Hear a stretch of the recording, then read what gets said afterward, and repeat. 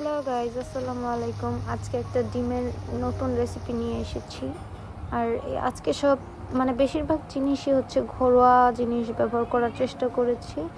তো এটা কিভাবে কি করলাম সেটাই দেখো। প্রথমে হচ্ছে আমাদের গাছে ছোট ছোট যেরকম বেগুন ছিল সেগুলোই নিলাম। এটা হচ্ছে ঝুরি বেগুন বলে এটাকে আমাদের এখানে। এটাই দেখাচ্ছিলাম। তারপর গাছ থেকে কিছু বিলাতি ধনে পাতা বলে এগুলাকে আমাদের এখানে। তারপর নিলাম একটা গোল বেগুনটা ছিঁড়তে পারতেছিলাম না, খুবই কাটা কাটা ছিল। এরপর একটা সাদা বেগুন নিলাম।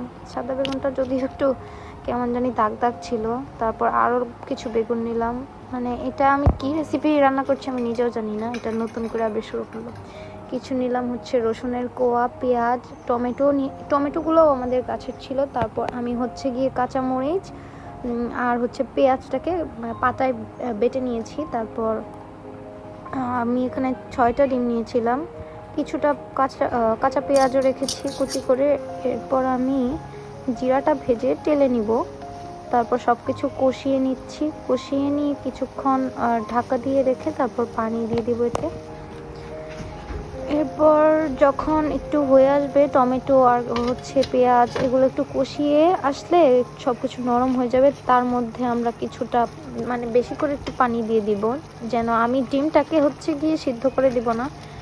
এখানে আমি আলু দিয়েছিলাম, সেটা আমার বলতে মনে ছিল না। তারপর আলু আর হচ্ছে বেগুনটাকে একটু পরে দিলাম, কারণ বেগুনটা তাড়াতাড়ি গলে যায়। আর আলুটা আগে দেওয়ার দরকার ছিল, তাও এখানে দিয়ে দিলাম, কিছু হবে না, সিদ্ধ হয়ে যাবে, কারণ ছোট ছোট করে নিয়েছি। তারপর ওই পানিটা নিয়েছিলাম, আমার ওই পাত্রটা খুবই ছোট ছিল, যার মধ্যে আমার ডিমগুলো ভালোভাবে হচ্ছে বসতো না। তারপর ওই জন্য আমি এইভাবে দিয়ে দিলাম।